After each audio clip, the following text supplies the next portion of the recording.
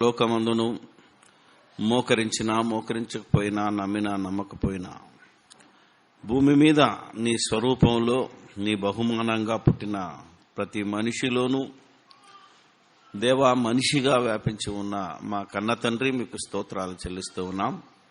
ఎక్కడో పుట్టాం, ఎక్కడో పెరిగాం, ఎక్కడెక్కడో తిరిగాం, ఇంకా తిరుగుతున్నాం. మేము మా అపరాధముల చేత చనిపోయిన వారమై ఉండగా, ఇంకా చనిపోతున్న వారమై ఉండగా మీ ప్రియ కుమారుడు మా రక్షకుడైన క్రీస్తు యేసు పరిశుద్ధమైన రక్తము ద్వారా కడిగి మీ సన్నిధిలో నిలవబెట్టుకొని మీ ఆత్మ చేత ముద్రించి మీ లోకానికి వారసులుగా చేస్తున్న విధానాన్ని బట్టి మీకు స్తోత్రాలు చెల్లిస్తూ, మేము పొందిన ఈ మేలు అనేకులకు అందించగలుగునట్లు, మేము పొందిన ఈ వెలుగు నిజమైన వెలుగేనా అని ప్రతి దినము ప్రతి క్షణము మమ్మల్ని మేము పరీక్షించుకుంటూ ముందుకు సాగే భాగ్యము దయచేయమని దేవా, మీ పరిశుద్ధాత్మ సహాయముతో పరలోక ప్రయాణము ఏ ఇబ్బందులు లేకుండా, ఇబ్బందులు వచ్చినా ఇరుకులు వచ్చినా వాటిని అధిగమించి ముందుకు సాగే అవకాశము భాగ్యము మా అందరికీ దయచేయమని ప్రార్థన చేస్తూ, భయంకరమైనది మాయను చూపిస్తున్నది మనోనేత్రములకు గుడితనం కలగజేస్తున్నటువంటి ఈ యొక్క సాతాను సామ్రాజ్యము నుండి, మాయలోకము నుండి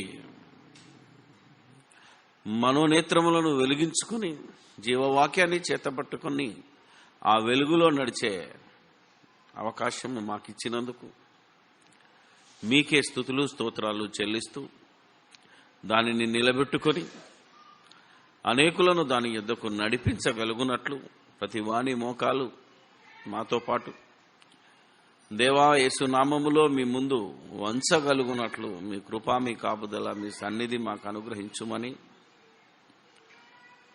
మేము వినువారు మాత్రమే అయ్యుండి మమ్మను మేము మోసపుచ్చుకొనకుండా మా ఆత్మలను రక్షించే ఈ శక్తి గల వాక్యమును సాత్వికముతోనూ భయముతోనూ అంగీకరించి దాని ప్రకారము ప్రవర్తించు వారమై ఉండగలుగునట్లు సహాయము దయచేయమని సమస్తము మీకే స్తుతి స్తోత్రాలు చెల్లిస్తూ మా ప్రభువైన యేసుక్రీస్తు పేరట ఈ ప్రార్థన మీకు సమర్పిస్తున్నాము మా పరమ తండ్రి. క్రీస్తునందు ప్రియమైన దేవుని సంఘమా, క్రీస్తు రాజ్యమా, పరలోక పట్టణమా, ప్రభువైన యేసుక్రీస్తు నామములో మీ అందరికీ నా వందనాలు శుభములు తెలియచేస్తూ ఉన్నాను. మన తండ్రి అయిన దేవునికి ఆయన కుమారుడైన యేసుక్రీస్తు ద్వారా పరిశుద్ధాత్మ సహాయంతో వేవేల కృతజ్ఞతాస్తుతులు స్తోత్రాలు సమర్పిస్తూ, దేవుని కృపా మహదైశ్వర్యాన్ని బట్టి, ప్రభువైన యేసుక్రీస్తు చేసిన త్యాగాన్ని బట్టి, పరిశుద్ధాత్మ మనలో ఉండి మనల్ని నడిపిస్తున్న విధానాన్ని బట్టే మనం ఇక్కడ కూర్చోగలిగాం. ఇందుకు దేవునికి స్తోత్రం. ఇది ఎవరి శక్తిని బట్టి, భక్తిని బట్టి, జ్ఞానాన్ని బట్టి కాదని, అది దేవుని అనాది సంకల్పమని, పాపులందరికీ మనము పాపులమై ఉండగా మరి యేసుక్రీస్తు యొక్క త్యాగము ద్వారానే మనం ఈరోజు దేవుని రాజ్యములో పరిశుద్ధులముగా, నిర్దోషులముగా, రాజులైన యాజక సమూహంగా, దేవుని సొత్తైన ప్రజలుగా ఉండగలుగుతున్నాము. ఈ దినము అందులో ఏదైతే చెప్పుకుంటున్నామో, ఏ వాక్యాలనైతే వెళ్ళవేసుకుంటున్నామో, ఏ మాటలైతే కంఠత్వం చేసుకొని అనేకులకు చెబుతున్నామో, వాటిలోని పరమార్థాన్ని మనం గ్రహించామా? అసలు రాజులైన యాజక సమూహానికి పిలువబడడానికి పరిశుద్ధమైన జనాంగముగా, దేవుని సొత్తైన ప్రజలుగా మనం ఉండాలి అంటే ఎలాంటి గుణగణాలను కలిగి ఉండాలి, ఎలాంటి మరి స్వరూపాన్ని కలిగి ఉండాలి అనేది ఈరోజు మనం ధ్యానిద్దాం. దేవుని ప్రజలైన వారు దేవునికి దూరమై దేవునికి మరి వ్యతిరేకులై సాతాను సంబంధులై దేవుడు వారికిచ్చిన సమయాన్ని పోగొట్టుకొని రోధిస్తున్న సమయాన కరుణా సంపన్నుడైన దేవుడు వారిని కరుణించి వారితో పాటు సమస్త మానవాళిని వారి పాపముల నుండి విడుదల చేయడానికి ఆయన కుమారుడైన యేసుక్రీస్తుని లోకానికి పంపి ఆయన ద్వారా ఆయన ప్రజలుగా చెప్పబడ్డ ఇశ్రాయేలులకు అప్పటి వరకు ఆయన లేని ప్రజలుగా బ్రతుకుతున్నటువంటి సమస్త మానవాళికి తన కుమారుడైన యేసుక్రీస్తు ద్వారా కలగజేసిన మహాభాగ్యాన్ని, ఆయన దగ్గరికి రావలసిన అవసరాన్ని, వచ్చిన తర్వాత ఉండవలసిన బ్రతకవలసిన విధానాన్ని ఏ విధంగా మనకు తెలియజేస్తున్నాడో ఈరోజు మనం కొద్దిసేపు వాక్యాన్ని ధ్యానిద్దాం. యేసుక్రీస్తు ప్రభు ధర్మశాస్త్ర ప్రకారంగా యూదుడు గనుక దేవుని సేవలోకి కొనసాగడానికి, దేవాలయం అనబడే ఆయన రాజ్యంలోని సేవ చేయడానికి ఒక యాజకుడిగా, ఒక సైనికుడిగా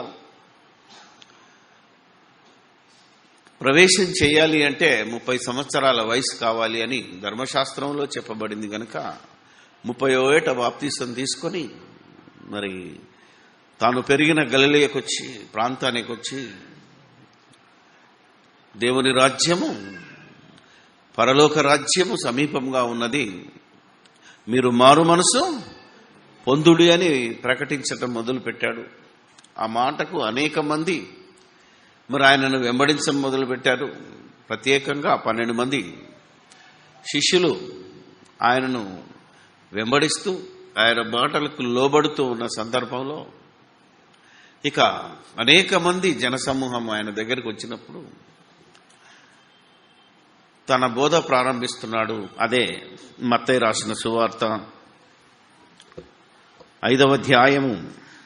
ఎందుకంటే బైబిల్ చదివేటప్పుడు ఈరోజు ప్రపంచ క్రైస్తవ్యము విశ్వాసములో, భక్తిలో, ప్రవర్తనలో అన్నిట్లో ఎందుకు వెనుకబడి ఉంది అంటే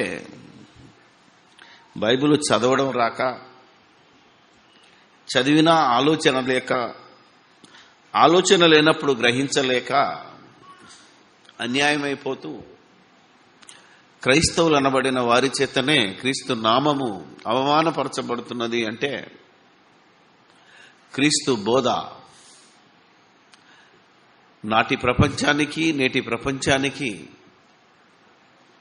అర్థం కాలేదు, కావటం లేదు అని చెప్పొచ్చు. సంఖ్యకు ఎక్కువ మంది ఉన్నారు క్రైస్తవులు ఈ ప్రపంచంలో.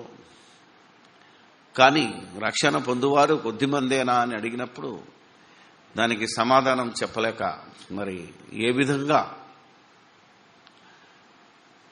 ఆన్సర్ ఇచ్చాడో, బోధ చేశాడో మనందరికీ తెలుసు. కాబట్టి యేసుక్రీస్తు ప్రభు శరీరధారిగా ఉండి పరలోక రాజ్యము సమీపించి ఉన్నది అంటే ఇంకా పరలోక రాజ్యం భూమి మీద ఏర్పడలేదు. దేవుని రాజ్యము, ఆయన రాజ్యము కూడా అనగా ఏది చెప్పినా భూమి మీద ఏర్పరచబడలేదు గనుకనే ఇప్పుడు వారితో ఇలా మాట్లాడుతున్నాడు. 1 నుంచి 5వ అధ్యాయము మత్తయి సువార్త. ఎన్నోసార్లు చదువుకున్నాం, ఎన్నోసార్లు ఆలోచించామో లేదో నాకు తెలియదు. గత వారం మనం గురువారం ఆలోచించడం మొదలు పెడితే చాలా డిస్టర్బెన్స్ జరిగి మరి వినిపించడానికే కష్టమైంది కనుక చెప్పబడిన భాగాన్ని అవలోకనం చేసుకుని మొత్తం భాగాన్ని ఈరోజు కంప్లీట్ చేసుకుందాం. ఆయనంటే యేసుక్రీస్తు ఆ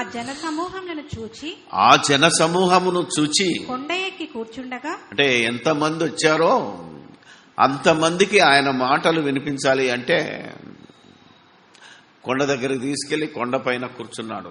అందరూ కొండ కింద అంటే ఇప్పుడు మన సిస్టమ్ ఏమైతే ఉందో అప్పుడు స్టేడియాలు లేవు కదా, అవునా కదా, బోధ చేయాలంటే స్టెప్ బై స్టెప్ స్టేడియం లాగా ఉంటుంది.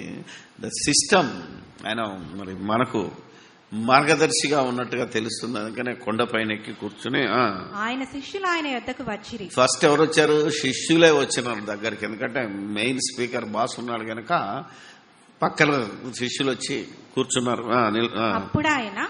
అప్పుడు ఆయన నోరు తెరిచి ఇలాగు బోధింపసాగి. ఆలోచించండి, ఆయన బోధింపసాగనంటే బాగుండేది, కానీ నోరు తెరిచాడు అంటే గట్టిగా మాట్లాడాడని అర్థం. ఎందుకంటే ఎంతో మంది ఉన్నారు కనుక అందరికీ వినబడాలి. సో ఎంత గట్టిగా మాట్లాడాడో మనం చెప్పలేము. ఇప్పుడైతే ఎంత మెల్లగా మాట్లాడినా ఈ యొక్క యాంప్లిఫైర్ సిస్టమ్ ఉంది కనుక మీరు అదృష్టవంతులు, మనం అదృష్టవంతులం. ఆనాడు ఈ సిస్టమ్ ఏమి లేదు కనుక నోరు తెరిచి, ఎంత చక్కగా ఉంటుంది బైబిల్. ప్రతి వచనాన్ని మనం ఆలోచిస్తే ఎందుకు ఆ పదము వాడబడింది. మామూలుగా మాట్లాడితేనే నోరు తెరిచి మాట్లాడతాం, అవునా కదా? నోరు తెరవంది ఎవరు మాట్లాడరు. ఆయన మాట్లాడసాగాను, బోధింపసాగాను అంటే బాగుండేదేమో, కానీ నోరు తెరిచి అన్నాడు అంటే దాని యొక్క నొక్కి వక్కానిస్తున్నాడు అంటే ఆలోచించాలి. ఆత్మ విషయమై దీనులైన వారు ధన్యులు, పరలోక రాజ్యము వారిది. It's wonderful word. అప్పటికి ఆయన పరలోక రాజ్యం సమీపిస్తున్నదని చెప్పాడు. ఆయన చెప్పిన మాటలు విన్నారు, వచ్చేశారు ఆయన దగ్గరికి. ఆ వచ్చిన వారితో అంటే యేసుక్రీస్తు నమ్మిన వారితో బోధ చేస్తున్నాడు. ఎందుకంటే ఇంకా పరలోక రాజ్యం భూమి మీదకి రాలేదు గనక, పరలోక రాజ్యంలో మీరు ప్రవేశించాలి అంటే నా రాజ్యం, నా సంఘంలో మీరు సభ్యులు అవ్వాలి అంటే ఖచ్చితంగా మీరు మీ ఆత్మ విషయమై దీనులవ్వాలి. ఎందుకని ఆత్మ విషయమై దీనులవ్వమని చెప్పాడో తెలుసు కదా మీకు. ఎందుకంటే దేవుని వాక్యము, యేసుక్రీస్తు ఆ దివి నుండి దేవుని యొద్ద దేవుడుగా ఉన్న వాక్యము ఈ లోకానికి నరుడిగా, మనలాంటి మామూలు మానవుడిగా దిగి వచ్చాడు. ఎందుకు అంటే తన సమస్త వైభవాన్ని, తనకున్న మహిమను వదిలేసి మనలాంటి మానవుడిగా ఎందుకు వచ్చాడు అనేది కనుక మనం ఆలోచిస్తే, ఆత్మ విషయమై దీనులైన వారు ధన్యులు అని ఎందుకు చెప్తున్నాడు అంటే మీ ఆత్మ నశించింది, ఇంకా నశించిపోతుంది. అనేక మంది ఆత్మలు నశించబోతున్నాయి. నశించటం అంటే నిత్యాగ్ని దండనకు పాలవుతున్నాయే తప్ప ఏ ఆత్మ నశించదు. ఎందుకంటే నశించడం అంటే మన భాషలో మనకు అర్థమైంది నాశనం అయిపోతుందంటే నామరూపాలు లేకుండా పోతుంటే దాన్ని నాశనం అంటారు. కానీ ఆత్మకు నామరూపాలు లేకుండా పోయే దశ లేదు. ఎందుకంటే ఇది దేవుని ఆత్మ, దేవునిలో నుండి వచ్చిన ఆత్మ. కాబట్టి దేవుడైన ఆత్మకు నాశనం ఉంటే, దేవుడైన ఆత్మకు మరణం ఉంటే, దేవుడైన ఆత్మకు ముగింపు ఉంటే, ఆయనలో భాగమైన ఆయనలో నుండి వచ్చిన మనం అనబడే ఆత్మకు నాశనము ముగింపు ఉంటుంది. కానీ మనకు నాశనం లేదు. కానీ భాష మరణము అనగానే నిత్యాగ్ని దండనలోనికి వెళ్ళడమే మరణం, శరీరము నుండి వేరవ్వడమే మరణము, చావు అనే భాషను ప్రయోగించారే తప్ప అందుకే మన ఆత్మకు చావు లేదు. ఉంటే నిత్య జీవంలోనైనా ఉండాలి, లేకపోతే నిత్యాగ్ని దండనలోనైనా ఉండాలా. అక్కడికి వెళ్ళినా నీ ఆత్మ చావదు, అగ్ని యుగ యుగములు కాలుతూనే ఉంటుంది. ఇక్కడ యుగ యుగములు సంతోషంతో బ్రతుకుతూనే ఉంటుంది. గనుక మనం ఆలోచించినట్టయితే అందుకే యేసుక్రీస్తు first and foremost important thing చెప్తున్నాడు. ఆ తర్వాత ఎన్నోసార్లు చెప్పాడు, నశించిన దానిని వెతికి రక్షించటానికి నేను వచ్చాను. మీ ఆత్మలను రక్షించే శక్తిగల వాక్యము. ఆత్మయే జీవింపజేయుచున్నది, శరీరము కేవలము నిష్ప్రయోజనం. ఇలాంటి మాటల్లోనికి మనం ఆలోచన వెళితే ఈ ఆత్మ విషయమై దీనులైన వారు ధన్యులు అని మొట్టమొదటి మాట. ధన్యుడు అనే పదానికి డిక్షనరీలో పుణ్యాత్ముడు అనే పదం దొరికింది. పుణ్యాన్ని సంపాదించుకున్నవాడు, పుణ్యకార్యము చేసినవాడు. పాపము పుణ్యము అనే పదాన్ని మనం ఆలోచిస్తే ఏది పాపమో ఏది పుణ్యమో బైబిల్ అంతా చదవాలి, అవగాహన చేసుకోవాలి. ఒక కరపత్రం కూడా రాశాను. కాబట్టి పుణ్యం అబద్ధం ఆడకుండా ఉండంటే అన్యాయము చేయకుండా ఉండి న్యాయం చేయాలి. పుణ్యం చేసిన వాడు పుణ్యాత్ముడు. ఇప్పుడు మనం ఏం చేస్తే పుణ్యాత్ములం అవుతాము అంటే శరీర ప్రకారంగా మామూలుగా దాన ధర్మాలు, ఆపదలో ఉన్నవాడికి ఆదుకోవడము, ఇలాంటి శరీర సంబంధమైన పుణ్య కార్యాలు లోకంలో ఉన్నవారు కూడా చేస్తున్నారు.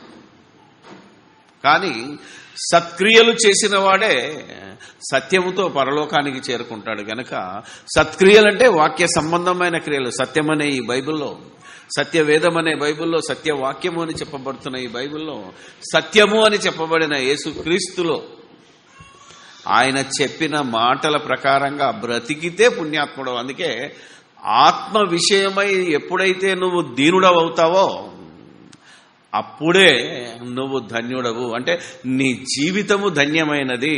అంటే నువ్వు పరలోక రాజ్యములో ఉండడానికి అర్హుడవు, పరలోక రాజ్యానికి వారసుడవు, పరలోకానికి వెళ్ళడానికి నువ్వు ఖచ్చితంగా నియమింపబడిన వాడవు, అర్హుడవు అనే విషయాన్ని ఈరోజు చక్కగా చెప్తున్నాడు. అందుకనే ఆత్మ విషయమై నీలో దీనత్వము రావాలి. శరీర విషయమై చాలామంది కనబడుతున్నారు లోకం మీద. దండం పెట్టమంటే దండం పెడతారు, మోకరించమంటే మోకరిస్తారు, పొర్లుమంటే పొర్లుతారు, మోకాళ్ళ మీద నడుమంటే నడుస్తారు. అవునా కదా? ఎన్నైనా చేస్తారు ఇది శరీర సంబంధంగా. కానీ ఆత్మీయంగా నీ ఆత్మ లొంగిందా? మోకాళ్ళు లొంగినాయి, చేతులు దండం పెడుతున్నాయి, కానీ నీ మనస్సు, నీ ఆలోచన విధానం ఎదుటి మనిషిని గౌరవించి, ఎదుటి మనిషిని మనసులో హెచ్చించుకుంటూ వారికి నిజంగా వందనాలో, ప్రైజ్ ద లార్డో ఏదో చెప్పే విధము నీలో ఉందా? అది మనం ఈరోజు ఆలోచించాలి. ఆ మాట నేర్పుతున్నాడు ఆయనకు. మీరు పరలోక రాజ్యంలో ఉండాలి అనుకుంటే, నా సంఘాన్ని నడపాలన్నా, నా సంఘంలో మీరు ఉండాలన్నా మీకు కావలసిన ప్రాథమిక అర్హత ఆత్మలో మీరు తగ్గింపు. అందుకే మిగతా వచనాలను మీరు చూస్తే, తను తాను తగ్గించుకున్నవాడు హెచ్చించబడతాడు.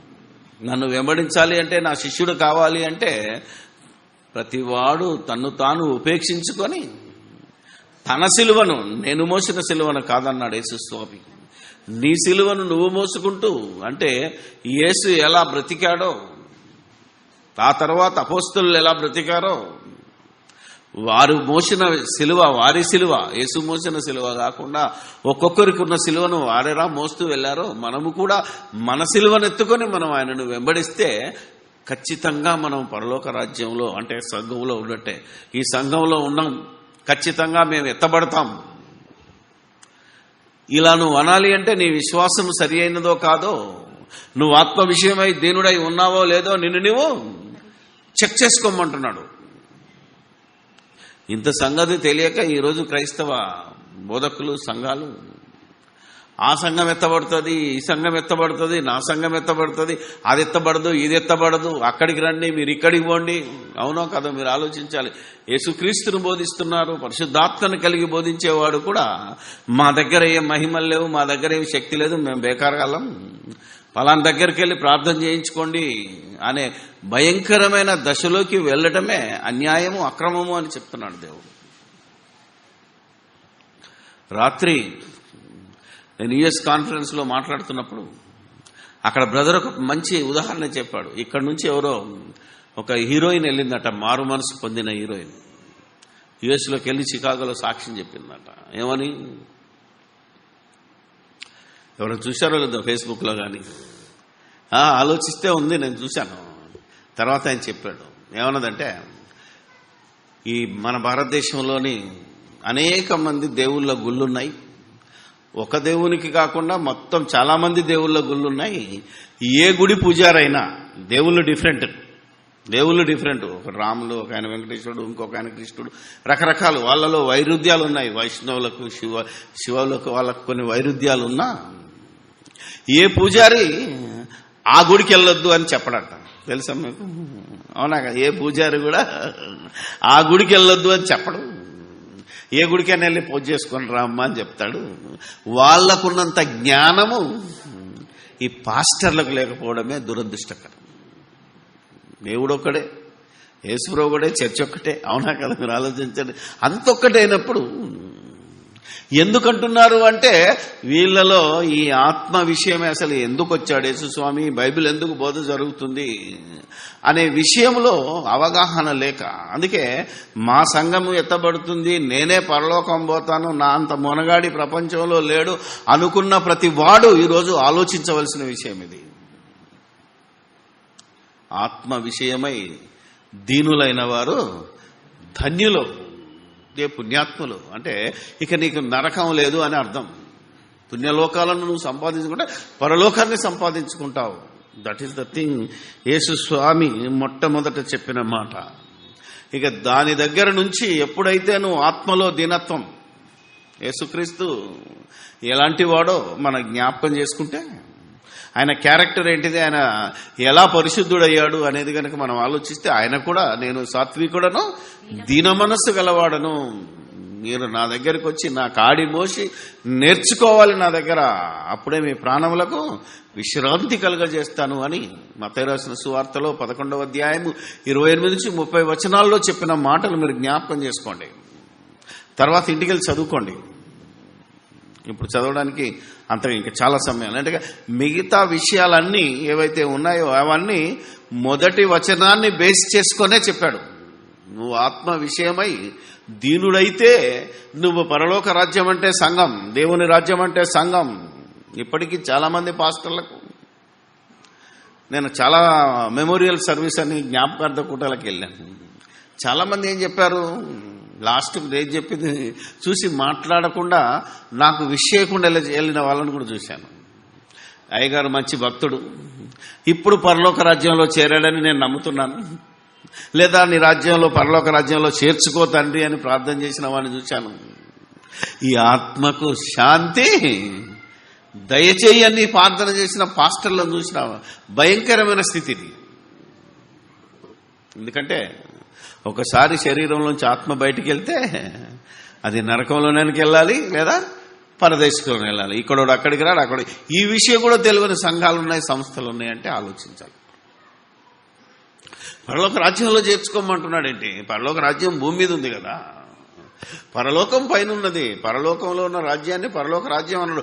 పరలోకమే అంటారు అక్కడ. మనం వెళ్ళిపోయినా పరలోకంలో ఉన్నామనాలే తప్ప అక్కడ పోయిన తర్వాత మళ్ళా పరలోక రాజ్యం ఉండదు. పరలోక రాజ్యం, పరలోకానికి వెళ్ళవలసిన రాజ్యం భూమి మీద ఉన్నది కనుక ఈ భూమి మీద ఉన్నదే సంఘం.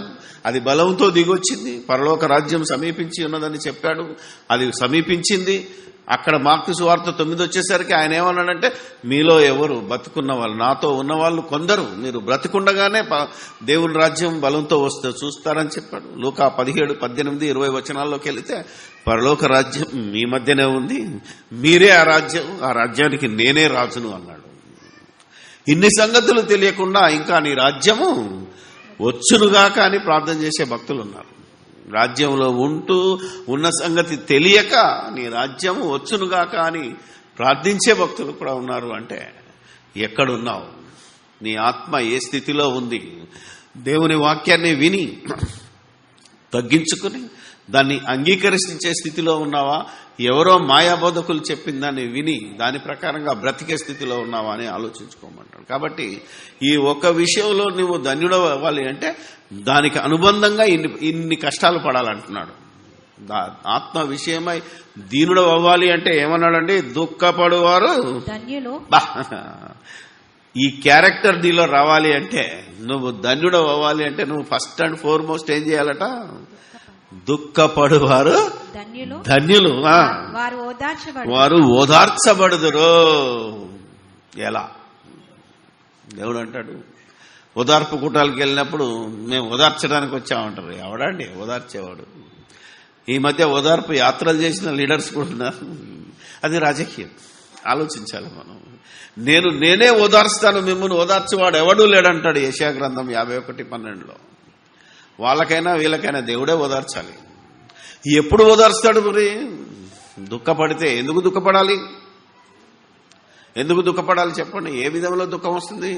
యేసు రాజ్యంలోకి వచ్చిన తర్వాత నువ్వు సుఖము, కాలు మీద కాలేసుకోవచ్చు అని బోధలోకి వచ్చి నీ ఆస్తి డబుల్ అవుతుంది, నీ కోర్టు కేసు గెలుస్తావు, నీకు పిల్లలు పుడతారు, నీకు ఉద్యోగం వస్తుంది, నువ్వు మేడల మీద మేడలు కడతావు, సైకిల్ వదిలేసి కారు కొంటావు, కారు వదిలేసి బెంజి కారు కొంటావు. ఇన్ని ఆశ చూపించి వచ్చినోడికి, ఇన్ని ఆశపడి వచ్చినోనికి దుఃఖం ఎందుకు వస్తుంది? ఆలోచించాలి. పరలోక రాజ్యంలోనికి నువ్వు రావాలి అంటే, నేను పరలోక రాజ్యంలో ప్రవేశించాలి అంటే ఏం చెయ్యాలని ఒక ధనవంతుడు అడిగితే ఏమన్నాడు? అన్ని చెప్తున్నావు కానీ నీకొకటి కొదవగా ఉంది, అదేంటిదయ్యా అని అడిగితే, నీ ఆస్తినంతా అమ్మి బీదలకిచ్చి నువ్వు వచ్చి నన్ను. ఈ మాట వింటే నీకు సంతోషమా దుఃఖమా? ఇప్పుడు చెప్పు. క్రైస్తవుడా, క్రీస్తు సంఘ కాపరిగా, సంఘము ఎత్తబడుతుంది అని ఏమంటారు గప్పాలు కొడుతున్న భయంకరుడా, నా సంఘమే పరలోక రాజ్యపు తాళపు చెవి నా దగ్గరనే ఉంది, నేను కీ ఇస్తేనే మీరు పరలోకం పోతారని చెప్పుకున్న దౌర్భాగ్యపు అజ్ఞానులారా, ఒక్కసారి మీరు ఆలోచించాలి. కాలు మీద కాలేసుకుని సుఖంగా ఉన్నావా? ఎందుకు దుఃఖం వస్తుంది అంటే, ఆత్మ విషయమై నువ్వు దీనత్వం అంటే, నిన్ను సంఘంలో ఉన్నవాడు ఎవడని తిట్టాడనుకో, సంతోషంగా ఉంటావా? లేకపోతే రక్తం సలసలగా అవుతుందా? కోపం వచ్చేస్తుంది కదా. అప్పుడు కోపాన్ని అణుచుకోవాలి అంటే ఎంత దుఃఖమో దాన్నే పేతురు అంటాడు, అగ్ని వంటి మహా శ్రమ. ఒక మంచి మాట చూపించాను. అందుకనే నువ్వు ఒక దీనత్వంలో ఉండి పరలోక రాజ్యంలో, సంఘములో ఎత్తబడే, సంఘములో ఎత్తబడేవాడిగా ఉండాలి అంటే నీకు అనుక్షణము దుఃఖమే, ప్రతి విషయంలో బాధే.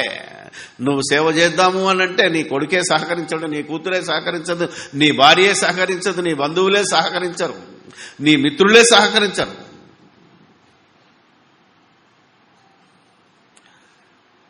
2 నెలల నుంచి తిరుగుతున్నాను. ఒక మంచి స్థలం కొని అక్కడ మంచి పాస్టర్స్ ట్రైనింగ్ సెంటర్ పెడదామని. నేను నా ప్రాణమిత్రుడు వచ్చి అంటాడు, నువ్వు బేకారు పని చేస్తున్నావురా, అక్కడ ఎవడు ఎనుడు ఎవడు రాడు, చక్కగా ఇల్లు కట్టుకుంటే నీకు బోలెడు కిరాయిలు వస్తాయి, రిటైర్మెంట్ అయినాక హాయిగా బ్రతకొచ్చు అంటాడు. ఇక మరి ఏం చేయాలి నేను చెప్పండి? ఈ మాట వింటే ఆనందం వస్తుందా లేదా? ఇది నెరవేర్చాలంటే నా చిత్తం దెబ్బతింటుంది, నాకు దుఃఖం కలుగుతుంది. ఎలా? అలాగే అపోస్తలులు చూడండి మీరు, కొరింథీ పత్రికలు కానీ ఎక్కడ చూసినా ఎటుపోయినా మాకు శ్రమ, ఎటుపోయినా దుఃఖము, ఎటుపోయినా ఆకలి దప్పులు గలవాళ్ళం, ఎటుపోయినా పిడిగుద్దులు తింటున్న వాళ్ళం, ప్రతి క్షణము మరణానికి అప్పగింపబడుతున్నాం. మొన్నొక్కరోజు మన సోదరులు ఒక 5 వెళ్ళారు బీదర్కి. ఎంత శ్రమ అనుభవించారో, ఆ శ్రమలో ఎంత ఆనందాన్ని చవి చూశారో, ఎలా దుఃఖపడ్డారో, ఎలా సంతోషించారో, ఆ ఒక్క ఇన్సిడెంట్ చాలు మీకు, నేను ఎక్స్ప్లెయిన్ చేయాల్సిన అవసరం లేదు. కానీ ఇలా బాధపడని వాడు చాలామంది ఉన్నారు, వాళ్ళకు అర్థం కావాలి బోధ. ఆలోచిస్తున్నాం మనం. అందుకే పేతురు రాసిన పత్రికలో అంటాడు, 3వ అధ్యాయం అనుకుంటాను, పేతురు గారు రాసిన పత్రిక,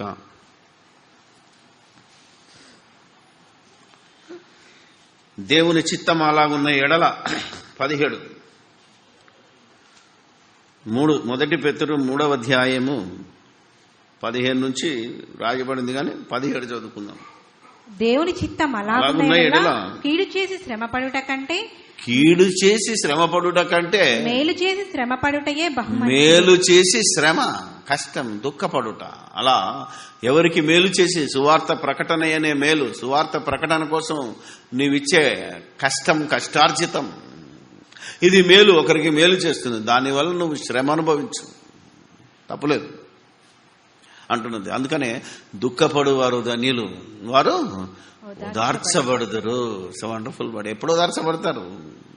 బతికున్నంత కాలం ఈ దుఃఖం ఉంటుంది. ఎందుకంటే శరీరం ఉన్నంత కాలం బాధలు తప్పవు. ఏమండి ఆలోచించాలి. కడుపున్నంత కాలం కడుపు నొప్పి ఉంటుంది, ఉండదా? ముక్కున్న కాలం జలుబు వచ్చేస్తుంది, తలున్నంత కాలం తలనొప్పి వస్తుంది. కాబట్టి ఈ శరీరంలో ఉన్నంత కాలము బాధలు తప్పవు. ఎందుకంటే సంఘంలో ఇవాళ మంచుకున్నా రేపు నిన్ను ఒకటి తిట్టవచ్చు, ఎల్లుండి మళ్ళీ ఇందులోంచి నువ్వు వెళ్ళిపోయే పరిస్థితి రావచ్చు. ఆలోచించాలి కదా. ఎందుకంటే ఏ పరిస్థితిలో ఎలా ఉంటామో మనకే తెలియదు. ఇప్పుడున్న పరిస్థితి రేపు ఉండకపోవచ్చు. అందుకే దుఃఖపడు వారు ధన్యులు, వారు ఓదార్చబడుతారు. అంటే ఓదార్చబడుదురు అన్నాడు. రు అనగానే ఎప్పుడు అది నీకు ఓదార్పు, నీకు నెమ్మది ఎక్కడ దొరుకుతుందో తెలుసా? నీవు ఈ శరీరాన్ని వదిలిన క్షణాన అబ్రహాము రొమ్మున ఆనుకున్నావో అప్పుడు నీకు ఓదార్పు దొరుకుతుంది. లేదా బ్రతికున్నప్పుడే ఈ వాక్యాలు అర్థమయ్యి ఒక పౌలు ఎల్లప్పుడూ ఏమన్నాడు? ఎల్లప్పుడూ ప్రభువునందు ఆనందించుడి, సంతోషించుడి అన్నాడు.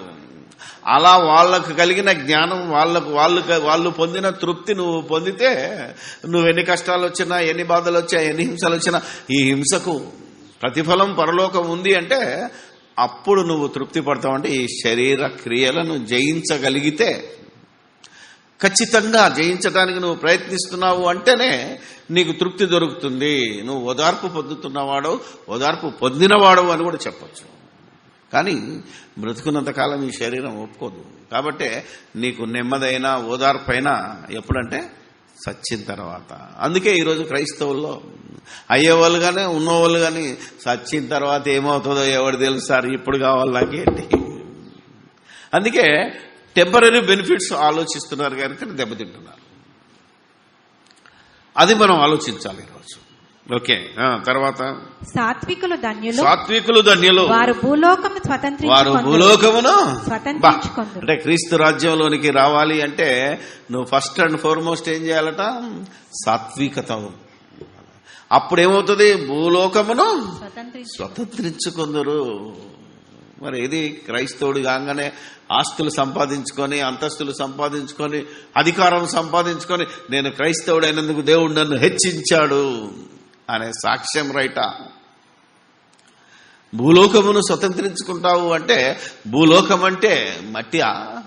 భారతదేశం అంటే జస్ట్ ఈ కాశ్మీర్ నుండి కన్యాకుమారి వరకు, ఇటు అస్సాం నుంచి ఇటు గుజరాత్ వరకా? భారతదేశం అంటే మట్టి కాదు, మనుషులు. భూలోకం అంటే ఈ స్థలాలు సంపాదించుకోవడం కాదు. ఈ భూమి మీద ఈ పంచభూతములనే దేహముతో బ్రతికున్న వారి దేహములలో ఉన్న ఆ హృదయములో స్థానము సంపాదించుకోవడం, అది సాత్వికులు ధన్యులు, వారు భూలోకమును స్వతంత్రించుకుందరు. ఇది కూడా ఎప్పుడు జరుగుతుంది అంటే బ్రతికున్నప్పుడు కొంతకాలమే కావచ్చు.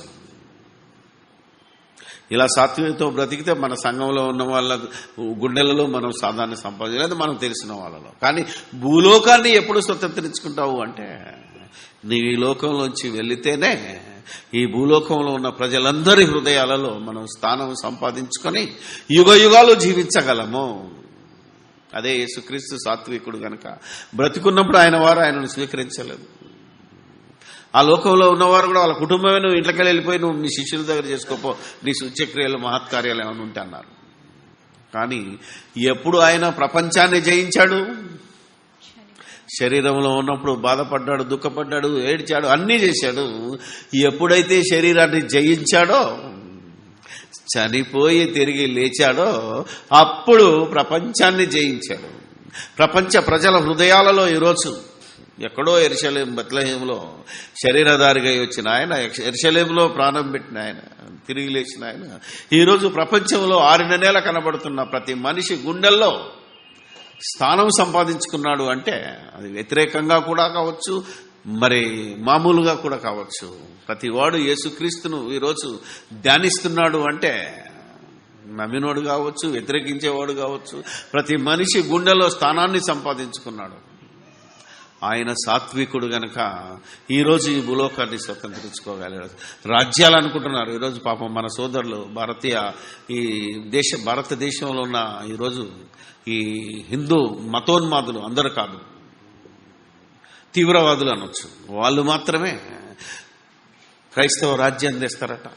ఢిల్లీ సింహాసనం పోతే మా బతికేం కావాలి? ఒకప్పుడు ఇంగ్లీష్ వాడే మమ్మల్ని దోచుకున్నాడు, మళ్ళా వీళ్ళొచ్చి ఎంత దోచుకుంటారో అని భయపడుతున్నారు తప్ప యేసుక్రీస్తు కానీ క్రైస్తవుడు కానీ ఢిల్లీ సింహాసనం మీద కూర్చోకూడదు, హైదరాబాద్ సింహాసనం మీద కూర్చోకూడదు, ఏ సింహాసనం మీద కూర్చోకూడదు అనే విషయము వారికి అర్థం కావాలి అంటే ముందు క్రైస్తవుడికి అర్థం కావాలి. ఆలోచించటం లేదు. అందుకనే సాత్వికం. ఒక మోషేను చూడండి, ఎలాంటి ఫరో సామ్రాజ్యాన్ని చూపించాడు సాతాను. ఆ రోజు అంత పెద్ద సామ్రాజ్యం, ప్రపంచాన్ని గడగడలాడించిన సామ్రాజ్యం. కానీ ఆయన ఏం చేశాడు? క్రీస్తు విషయమైన నింద గొప్ప భాగ్యమని ఎంచుకొని, వాటిని పెంటగా ఎంచుకొని అరణ్యంలో తన ప్రజల కోసం నడిచాడు. అది సాత్వికుడు. కాబట్టి ఈరోజు మోషే ప్రతి గుండెల్లో జీవిస్తున్నాడు. అవునా కదా? మనం ఏం మాట్లాడినా ఒకవేళ ధర్మశాస్త్రానికి వెళ్తే ఎవరిని గుర్తు చేసుకుంటాం? మోషేని గుర్తు చేసుకుంటాం. నువ్వే కాదు, ఈవెన్ ముస్లింలు కూడా మోషేనే గుర్తుపట్టుకుంటారు. క్రైస్తవులు మోషేని. వీళ్ళిద్దరు కలిస్తే దాదాపు 400 కోట్లు ఉన్నారంట. ప్రస్తుతం 150 కోట్ల జనాభా ముస్లింలది అనుకుందాం. క్రైస్తవులది 350, హిందువులది ఎంత? 80 కోట్లు, 100 కోట్లు. ఆలోచించండి. ఆలోచిస్తే అత్యధికమైన జనాభా కలిగిన వాళ్ళలో ఒక మోషే సజీవుడుగా ఉన్నాడు, ఒక అబ్రహాము సజీవుడుగా ఉన్నాడు, ఒక ఇస్సాకు యాకోబులు సజీవుగా ఉన్నారు. వారు రాజ్యాల కోసం బ్రతకలేదు. వారు ఏ దేశం నుండి వచ్చిరో ఆ దేశమునకు తిరిగి వెళ్ళాలని భూమి మీద ఉన్నంతకాలం తగ్గించుకొని దీనత్వంతో బ్రతికినారు.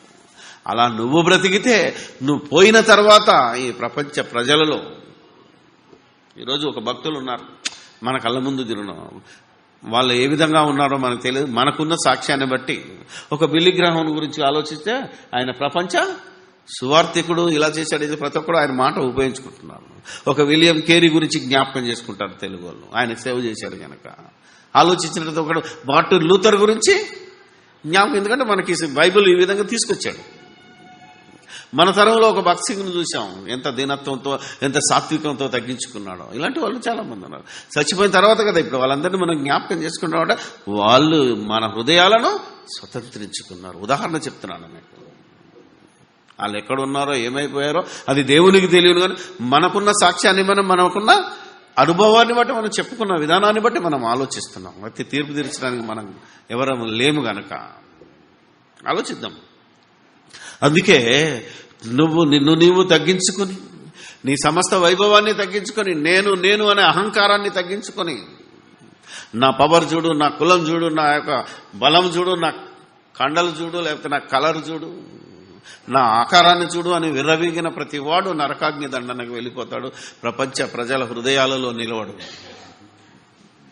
ఆలోచించాలి మనం. అందుకే సాత్వికులు ధన్యులు, వారు భూలోకమును స్వతంత్రించుకుందరు. ఇది మనం చనిపోయిన తర్వాత ఖచ్చితంగా మనం అబ్రహాము రొమ్మున ఉండి చూడగలం. ఇది నీతి కొరకు ఆకలి దప్పులు గలవారు ధన్యులు, వారు తృప్తిపరచబడుదురు. నీతి, దేవుని నీతి కోసం దివారాత్రులు మరి ఆకలితో తినకపోయినా రాజ్య సువార్త ప్రకటించటానికి పరిగెత్తేవాళ్ళు. వాక్యం చెప్పాలనే ఆతురతతో తిండిని కూడా మర్చిపోయి వాక్యం చెప్పాలి, ఒక ఆత్మను రక్షించాలి అనే తపనతో నీ ఆకలిని దప్పికను మర్చిపోయి దేవుని రాజ్య సువార్త కోసం పనిచేసి అగ్నిలో నుంచి ఒక్కరినైనా లాగాలనే ఆతురతతో పనిచేసే ప్రతి వారు ఏమవుతారు? ధన్యులు, వారు తృప్తి. కడుపు నిండా తింటే తృప్తి అనుకుంటాం మనం, తాగితే తృప్తి అనుకుంటాం మనం. కానీ తిన్నా తాగకపోయినా సువార్త చెప్తే వచ్చే తృప్తి ఎంతదో అది అనుభవించిన వారికి తెలుస్తుంది. దేవుని నీతి నిమిత్తం నీ దగ్గర తిండే లేదు, ఒక్క పూట వండుకున్నాం, కొంచెం అన్నం ఉంది, తిందామని కూర్చున్నాం. ఇంతలో ఒక ఆయన వచ్చాడు. అదే సమయం ఆకలి సమయం. ఏం చేయాలి ఇప్పుడు? ఆలోచించండి. ఖచ్చితంగా నీ ఆకలిని చంపుకొని రండి బ్రదర్ తిందాం, రండి సిస్టర్ తిందాము అని అవసరమైతే షేరింగ్, లేకపోతే మొత్తం ఆయనకు పెట్టి నువ్వు ఆకలితో మాడినా నువ్వు ధన్యుడవు అన్నాడు. అది దేవుని రాజ్యంలో సభ్యుడవైతే.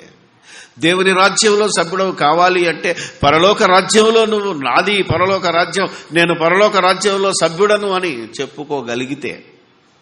అందుకే ఈరోజు పరలోక రాజ్యం, నీ రాజ్యం వచ్చునుగా కన్నవాడికి ఈ క్యారెక్టర్ లేదు. ఎందుకంటే ఇక రాజ్యం రాలేదనుకుంటున్నాడు కనుక.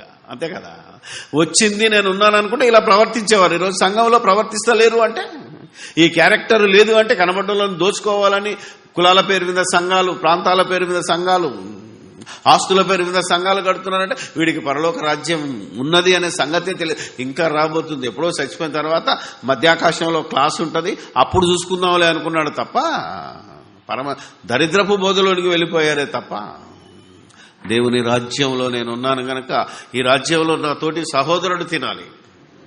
నేను ఆకలి దప్పులతో ఉన్నా పర్వాలేదు. నీతి నిమిత్తం అంటే పరలోక రాజ్యంలోనికి అనేక మందిని నడిపించటము దేవుని నీతి. నీకేది దొరకపోయినా నిరీక్షణకు ఆధారం లేనప్పుడు దేవుడున్నాడు, నాకు చేస్తాడు. ఆయనను నమ్మిన వారికి, ఆయనను ప్రేమించిన వారికి దేవుడేది సిద్ధపరుస్తాడో అవి కంటికి కనబడవు, చెవికి వినబడవు, మనిషి హృదయానికి గోచరము కావు అనే సంగతిని తెలుసుకొని దేవుణ్ణి ప్రేమించగలిగితే, దేవుని ఆజ్ఞలకు నువ్వు లోబడితే అది నీతి నిమిత్తము ఆకలి దప్పులు గలవారు ధన్యులు. ప్రారంభ బోధ, ఆ తరువాత శరీరధారి అయిన క్రీస్తు బోధలోని ఈ సంగతి నీకు అర్థం కావాలంటే సిలువ వేయబడిన క్రీస్తు అపోస్తలుల బోధను చదవాలి, ఆలోచించాలి. యేసు ప్రభు ప్రారంభంలో సర్వ మానవాళికి నిబంధనను మారుస్తున్నాడు అంటే, కొండ మీది ప్రసంగం ఇంత అద్భుతమైనది అని క్రీస్తు వ్యతిరేకులు కూడా చెప్తున్నారు అంటే ఆలోచించాలి ఎంత బాగుంటుందో. కాబట్టి ఈ రకంగా నువ్వు ఆలోచిస్తే నువ్వు ఈ సంఘంలో సభ్యుడు, నువ్వు ఎత్తబడతావు. లేదంటే క్వశ్చనే లేదా. కనికరము గలవారు ధన్యులు, కనికరము గలవారు ధన్యులు, వారి కనికరము పొందుదురు, వారు కనికరము పొందుదురు. చాలాసార్లు చెప్పాను కనికరం. ఎలాంటి కనికరం? మెర్సీ, కృప.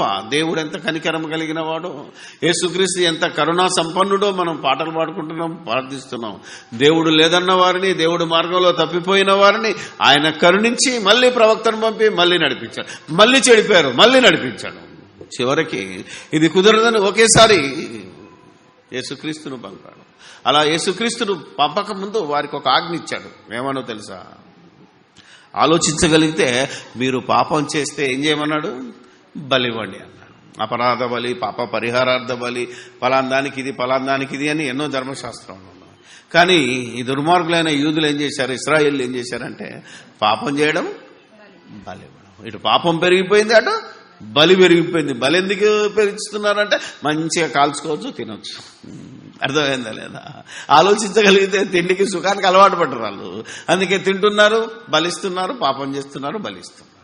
కాబట్టి దేవుడు ఇంతకు బలెందుకు ఇవ్వమన్నాడు, ఎందుకు ఆజ్ఞాపించాడో హోషేయ గ్రంథం 6వ అధ్యాయంలో చెప్పాడు.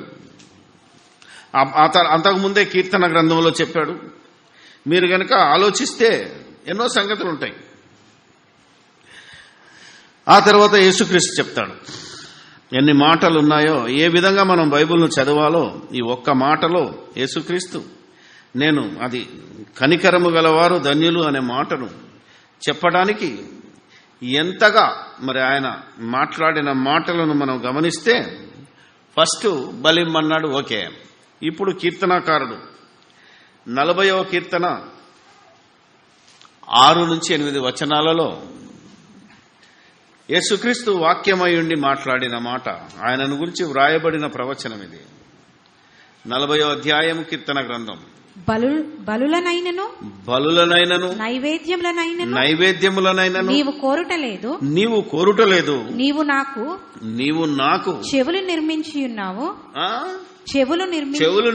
ఉన్నావు, దహన బలులైనను పాప పరిహారార్థ బలులనైనను తెమ్మనలేదు. ఆ కింది వచనము, ఈ వచనం యొక్క నెరవేర్పు మీకు హెబ్రీ పత్రికలో ఉంటుంది.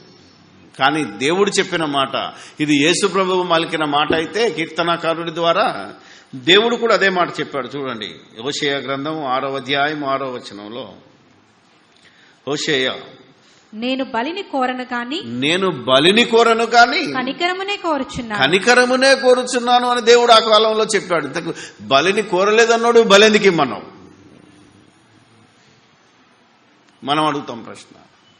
అప్పుడు దేవుడు అంటాడు, నేను కనికరమును కోరుచున్నాను, బలిని కోరలేదు కానీ బలెందుకు ఇవ్వమన్నానంటే, బలి వలన, బలి జరగటం మూలన నీలో కనికరం పుడుతుందేమో అని, పుట్టాలని దేవుడి ఆశ. నిన్న మొన్న ఒక వీడియో మరి వాట్సాప్లోను ఫేస్బుక్లో సంచలనం రేపింది. ఎందుకంటే బక్రీద్ రోజున ఐసిస్ వాళ్ళు ఎలా ఒక మనిషిని కొయ్యకేసి మేకను ఎలా బలిస్తారో, మేక మాంసం కొట్టి ఆ షాపులో ఎలా కొయ్యకు తలిగిస్తారు చూసారా, అలా మనిషి కాళ్ళను కొయ్యకేసి తలక్రిందులుగా వేలాడదీసి గొంతు కోసి, సగం గొంతు కోసి రక్తమంతా కాలువల గారేటట్టు. ఆ వీడియో చూస్తే గుండె తరుక్కుపోతుంది. అంటే ఎంత భయము, ఎంత జాలి, ఎంత కనికరం మనలో పుడుతుందో వాడి వీడియో వల్ల మీరు చూస్తే తెలుస్తుంది. మొత్తం సామూహికంగా కోస్తున్నాడు తలకాయలు. అది ఎక్కడ జరిగింది అంటే ఒక వధశాలలో, గొర్రెలను మేకలను కోసే వధశాల ఉంటుంది, బక్రీద్ రోజు కోసం పశువులను కోసే దగ్గర.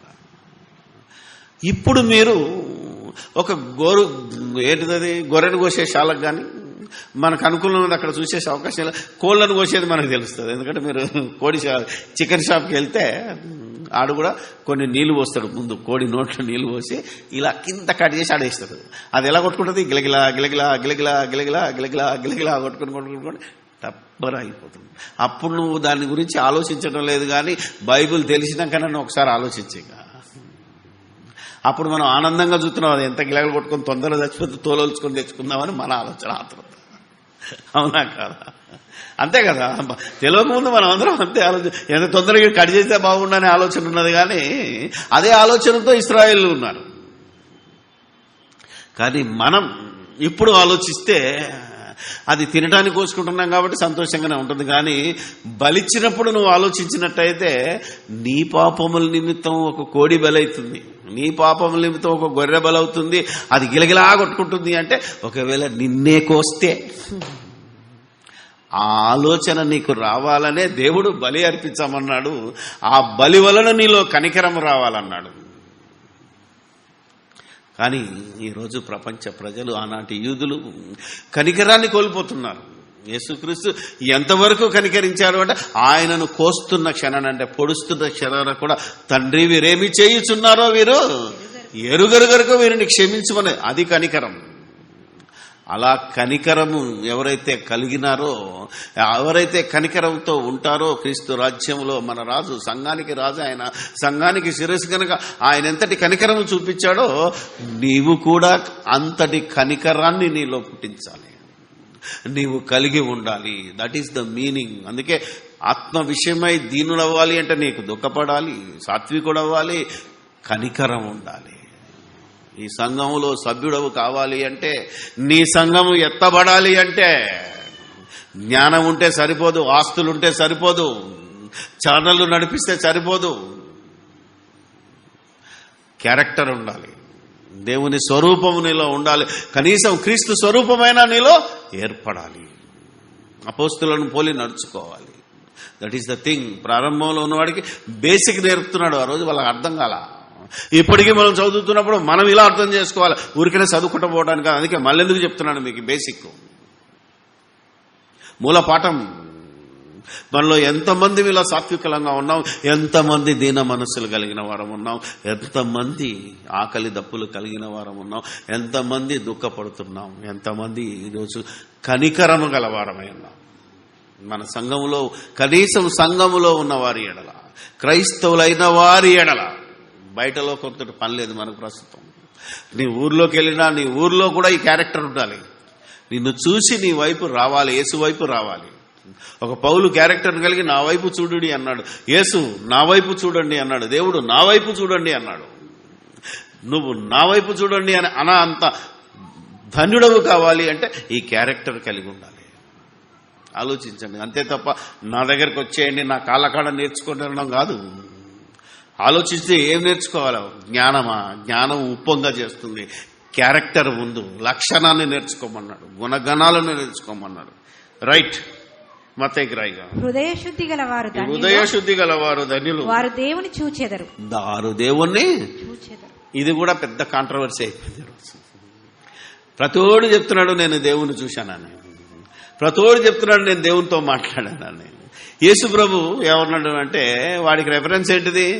నేను ఏ మానవుడు ఎప్పుడు దేవుణ్ణి చూడలేదురా అని మనం బోధ చేసామనుకోండి, ఊరుకోవా తప్పుడు బోధ చేస్తున్నా ఆ సంఘానికి వెళ్ళకండి. ఎందుకంటే యేసు ప్రభువే చెప్పాడు ఏమని? హృదయశుద్ధి గలవారు ధన్యులు, వారు దేవుణ్ణి చూచెదరు. ఎప్పుడు? క్వశ్చన్ వేసుకోవట్లేదు. చూసేదరంటే చూసేదరు అన్నాడు కాబట్టి మేము చూస్తున్నాం అంటున్నాడు తప్ప ఎప్పుడు చూస్తావు? నీ హృదయ శుద్ధి ఎప్పుడు కలుగుతుంది? నువ్వు నీతిమంతుడవని ఎప్పుడు తీర్పు తీర్చబడతావు? చాలా క్వశ్చన్లు వేసుకోవాలి నువ్వు. అందుకే మీరు విశ్వాసము గలవారై ఉన్నారో లేదో మిమ్మల్ని మీరే పరీక్ష చేసుకోవాలా.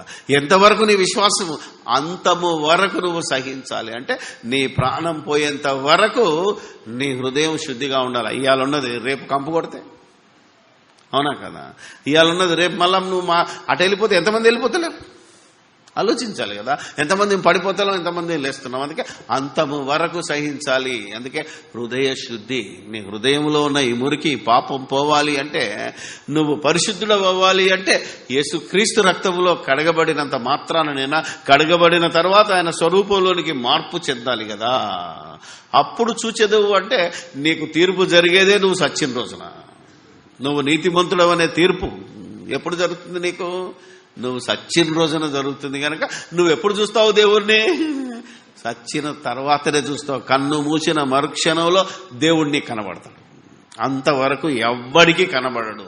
ఒకవేళ నేను చూశాను అని ఎవడనంటే అటు సావాల్సిందే. అది నిర్గమాకాండంలో ఉంది. ఆ నిర్గమాకాండంలో ఉన్నది ఒకవేళ నమ్మకపోతే, ఎందుకంటే అబ్రహాము చూశాడు కదా, డైలాగులు కొడుతుంటాడు ఒకడు. అబ్రహాము చూశాడు కదా అని ఒకడంటాడు. ఎవడు చెప్పాలి? నేను ఇక ఏం చెప్పాలి అంటే, ఇంకా ప్రవక్తల బోధలో ఉన్నారు తప్ప, అబ్రహాము నేను దేవుని చూసితిని అనుకున్నాడే తప్ప, ఆ ముగ్గురు వచ్చినప్పుడు దేవుడు అని కనబడి ప్రభువు అన్నాడే తప్ప, వచ్చిన వాళ్ళు దేవదూతలని ఆయనకు అనుకోలేకపోయాడు. తెలియకనే వారికి ఆతిథ్యం ఇచ్చాడని మరొక వచనంలో ఉంటుంది. ఇది వీళ్ళు చదవలేదు. ఆలోచించాలి మనం. యాకోబు కూడా నేను దేవునితో పోరాడి తిని అనుకున్నాడు తప్ప, అతడు పోరాడింది దూతతో దేవునితో కాదని హోషేయ గ్రంథంలో చెప్పబడింది. అది నీ జ్ఞాపకం రావాలి. ఆదికాండంలో దూతతో పోరాడాడు, అది దేవునితో పోరాడని అనుకుంటాడు యాకోబు. కానీ యాకోబు పోరాడింది ఎవరితో? హోషేయ గ్రంథం తీయండి, చూపిస్తాను. ఈ విధంగా బైబిల్ చదవడం రావటం లేదు జనాలకి. ఆలోచించాలి.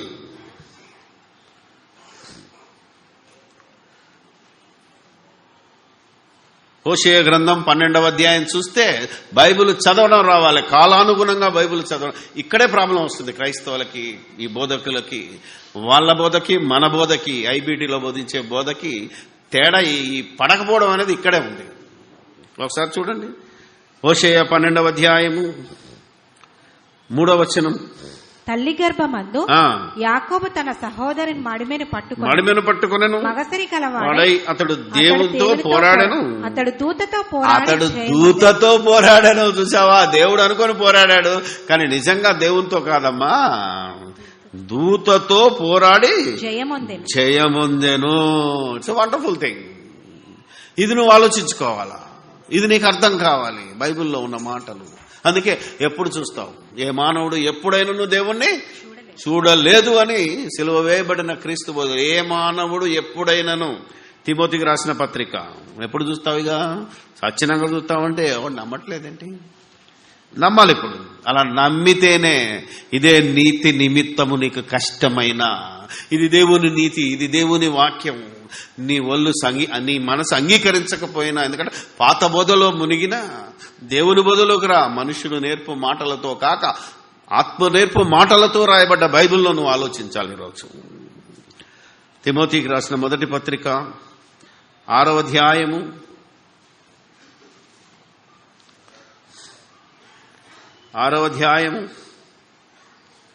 15వ వచనం నుండి 16 సమీపింపరాని తేజస్సులో ఆయన మాత్రమే వసించుచు అమరత్వము గలవాడై ఉన్నాడు. మనుష్యులలో ఎవడును ఆయనను చూడలేదు. మనుష్యులలో అంటే ఆదాము మనుష్యుడు, తెలుసా మీకు? నోవాహు మనుష్యుడే, మోషే మనుష్యుడే, అబ్రహాము మనుష్యుడే, దావీదు మనుష్యుడే. మనుష్యులలో ఎవడునో ఆయనను చూడలేదు. ఎవడును చూడనేరడు. ఇప్పుడు యేసుక్రీస్తు అనే మనిషి ఆలోచించాలి. ఇప్పుడు యేసుక్రీస్తు మనిషిగా ఉన్నప్పుడు దేవుని చూచాడా?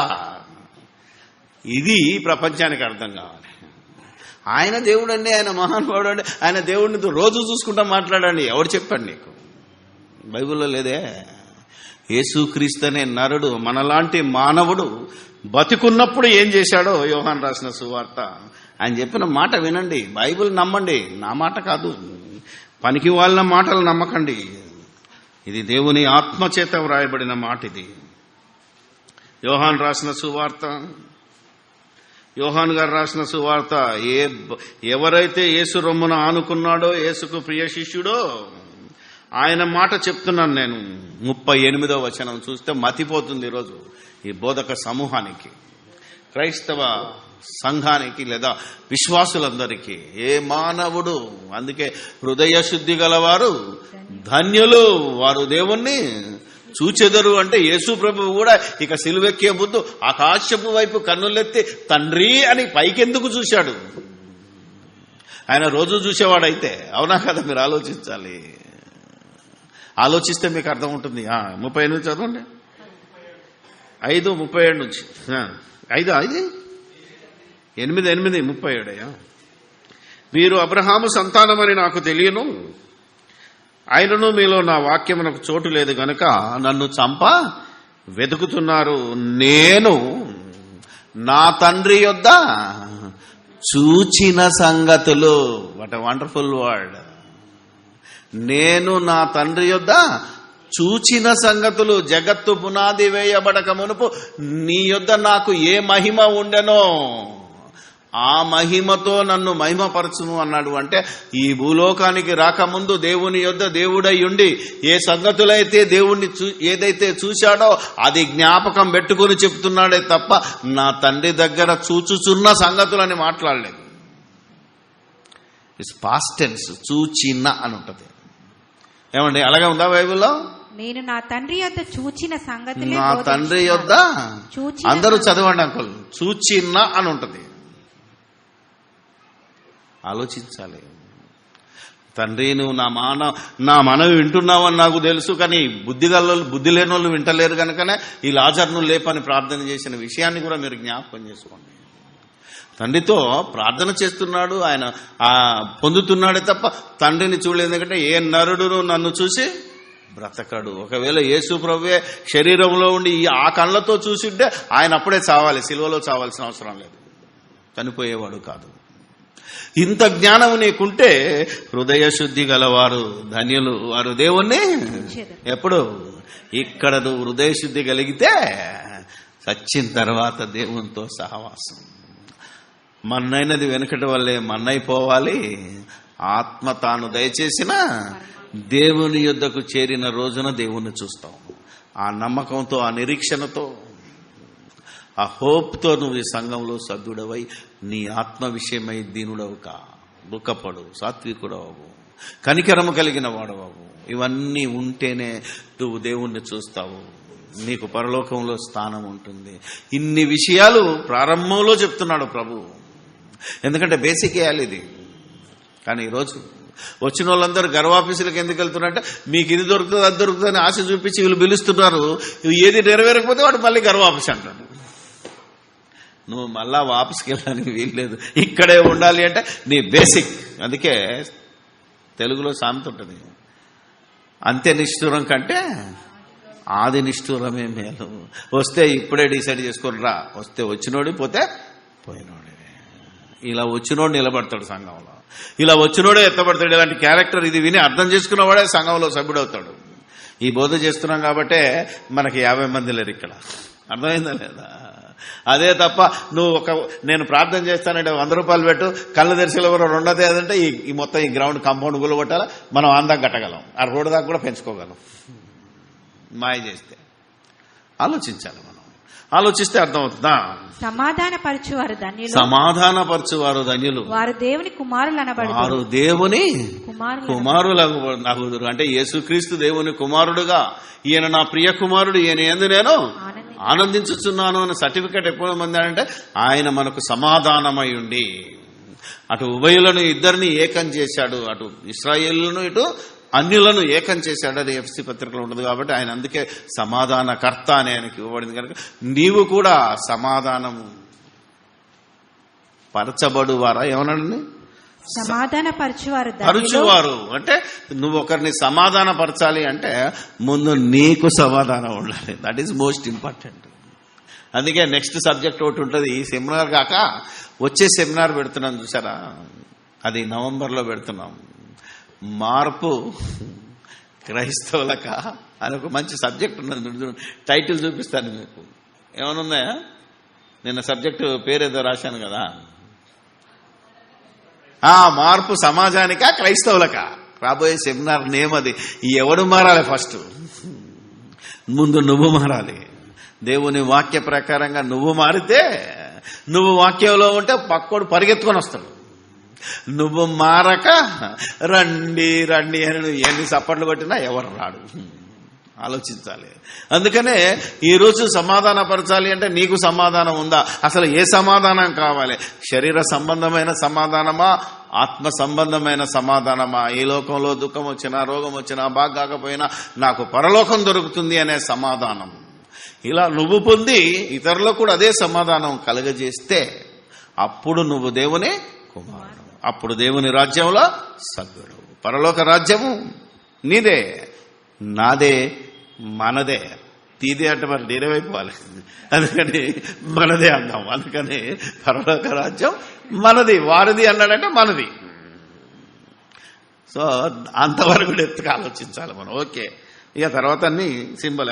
నీతి నిమిత్తం హింసింపబడవారు, నీతి నిమిత్తం హింసింపబడవారు ధన్యులు, పరలోక రాజ్యము వారిది. మళ్ళా వచ్చింది అంటే ఆత్మ విషయమై దీనులైతే ఇక దేవుని నీతి నిమిత్తం దుఃఖపడితే మరలా రెండోసారి ఎందుకు చెప్తున్నాడు? మొదటిసారి చెప్పింది మర్చిపోయిండేమో, ఇప్పుడు మళ్ళా మర్చిపోకుండా రెండోసారి కూడా చెప్తున్నాడు.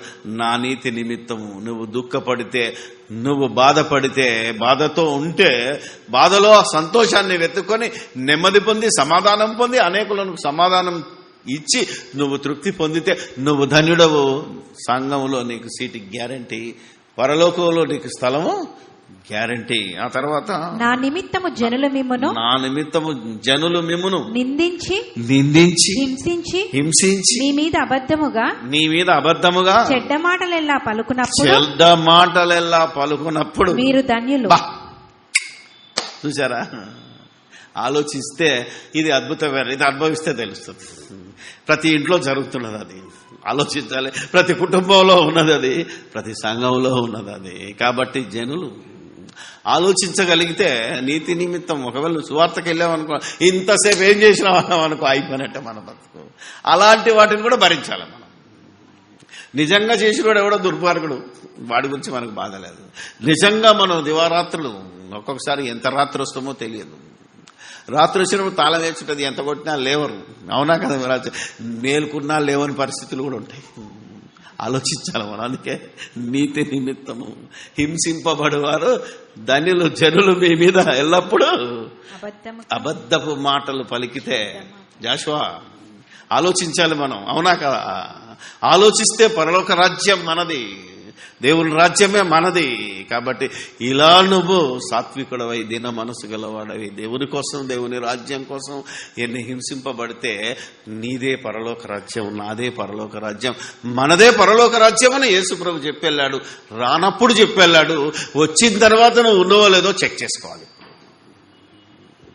ఇప్పుడు వచ్చింది, మనం అందులోకి వచ్చాము, సభ్యులం అయ్యాము. ఇందులో నిజంగా సభ్యులమేనా కాదా అని మనల్ని మనం పరీక్షించుకోమని పరిశుద్ధాత్ముడు సిలువ వేయబడిన క్రీస్తు బోధ ద్వారా మనల్ని అనుక్షణము హెచ్చరిస్తున్నాడు. ఇలా హెచ్చరికలు తీసుకొని మన పరలోక ప్రయాణాన్ని సాగిద్దాం. ప్రార్థన చేసుకుందాం. పరిశుద్ధుడమైన మా తండ్రి, దయగల మా దేవుడా, మీ ఘనమైన నామానికి వేలాది స్తుతి స్తోత్రాలు సమర్పిస్తూ ఉన్నాం. మీ కుమారుడనే యేసుక్రీస్తు మాకు చూపిన మార్గం, ఆయన ఏర్పాటు చేసుకున్న అపోస్తలు మాకు చూపిన మార్గం. దేవా, ఆయన కొండ మీద చేసిన ప్రసంగం, ఆయన ద్వారా మీరు చేసిన ఈ మాటలు ఎంత గొప్పవో. ఒక్కొక్క మాట ఒక దినము ధ్యానించినా సరిపోదు. కానీ దేవా, మాకున్న సమయాన్ని బట్టి మరి అన్ని సంగతులను ఒక గంటలో విన్నాం.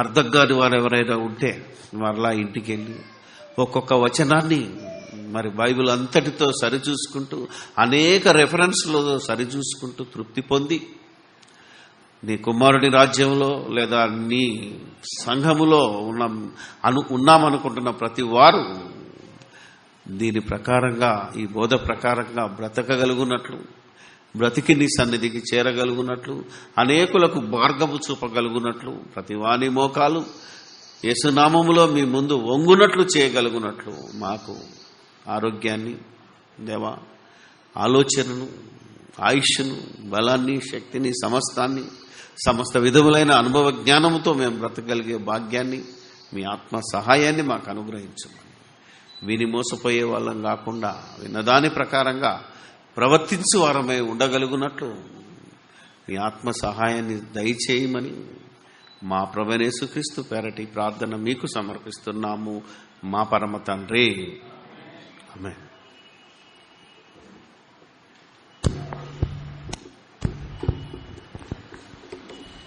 సమయంలో మరి దేవుని కుమారుడని యేసుక్రీస్తు శరీరానికి సాదృశ్యమైన రొట్టె, రక్తానికి సాదృశ్యమైన ద్రాక్షరసం మన మధ్యలో ఉంచబడింది కనుక మరి ప్రార్థన చేసుకుందాం. బాప్తిసం తీసుకున్న వాళ్ళు మాత్రమే రొట్టె, ద్రాక్షరసం, పాలు పొందాలి. మరి సోదరుడు రామకృష్ణ ముందుకొచ్చి దేవుని కుమారుడని యేసుక్రీస్తు శరీరానికి సాదృశ్యమైన రొట్టె కొరకు ప్రార్థించాలని మనం చేస్తున్నాం.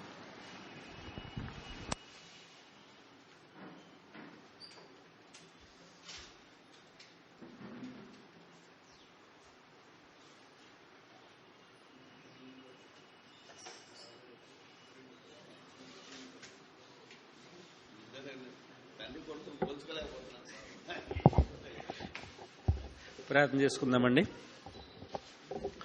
పరిశుద్ధుడా, పరిశుద్ధుడా, మహోన్నతుడా, మహాశక్తికి కారణభూతుడా దేవా తండ్రి, ఇంతవరకు విన్న వాక్యాన్ని బట్టి తండ్రి నా ప్రభు మేము ఏమి వినుచున్నాము, ఏం సరి చూసుకోమని మీరు సెలవిచ్చినందుకు నీకు వందనాలు, స్తోత్రాలు ప్రభువా. ఆత్మ విషయమై దీనులైన వారు ధన్యులు అన్నారు ప్రభువా. అలాగే వాక్యం విషయమై తండ్రి ఇక్కడ ఉన్న ప్రతి ఒక్క బిడ్డ కూడా ప్రభువా ఆత్మలో ఫలింపజేసి అనేక మందిని తండ్రి నా ప్రభువా నీ వాక్యంలోనికి నడిపించే వారిగా మీరు తీర్చిదిద్దమని ప్రార్థన చేస్తున్నాను. సహాయం చేయండి దేవా.